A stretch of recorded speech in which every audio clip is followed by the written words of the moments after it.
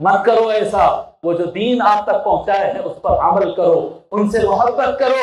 اللہ کے رسول صلی اللہ علیہ وآلہ وسلم نے آپ سے کوئی پیسہ نہیں مانگا، زکوٰۃ میں کوئی حصہ نہیں مانگا، پیسوں کا کوئی عشر میرے نام پہ نکال دینا بول کر نہیں فرمایا، کچھ نہیں لیا آپ سے۔ اللہ کے حکم سے ایک چیز مانگا ہے، میرے علی، فاطمہ، حسن، حسین، میرے پورے خاندان سے محبت کرو۔ لوگوں محبت کرو، عمل کرو دین اسلام پر۔ اللہ تبارک و تعالی یہ محفل سجانے والوں کو خوب برکت عطا فرمائے۔ اللہ تبارک و تعالی تمام مرد و خواتین حاضرین کو اور ان کے گھر والوں کو خوب برکتیں عطا فرمائے۔